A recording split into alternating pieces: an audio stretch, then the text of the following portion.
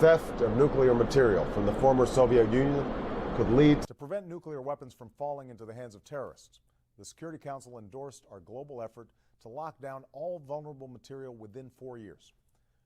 Today, Iran has enough nuclear material to produce up to 10 nuclear weapons. Working with other nations, we've removed or secured enough nuclear material for more than 150 nuclear weapons, material that will now never fall into the hands of terrorists. We will apply a stricter legal test to material that can be protected under the state secrets privilege. We agreed to increase cooperation on nuclear security, which is essential to achieving the goal of securing all vulnerable nuclear material within 4 years. I will also host a summit next April that reaffirms each nation's responsibility to secure nuclear material on its territory and to help those who can't, because we must never allow a single nuclear device to fall into the hands of a violent extremist. I look forward to welcoming President Sarkozy back to Washington in 2 weeks for our summit on securing vulnerable nuclear materials so that they never fall into the hands of terrorists. Fortunately, we have a situation in which there is a lot of loose nuclear material around the world. And we all know that Taliban, Al-Qaeda are pretty much fighting for the ideology, not material gains.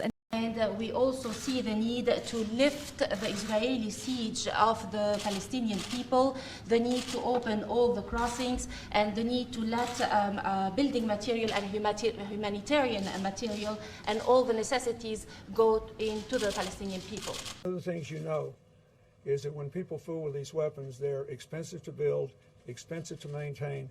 Or if there's some learning tool or material that they don't have immediately accessible in their school, they can connect here to the university, and they're able to tap into it. The transfer of nuclear materials or material by North Korea to states or non-state entities would be considered a grave threat to the United States and our allies.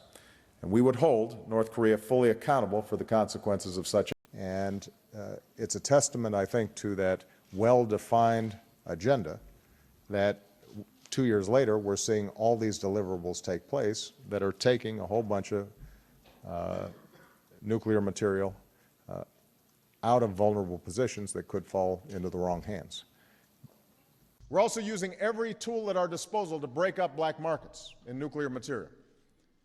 And as a consequence of extraordinary cooperation between our three countries that actually predates my administration, but was accelerated as a consequence of this nuclear security summit, we've been able to effectively lock down and secure all this vulnerable material.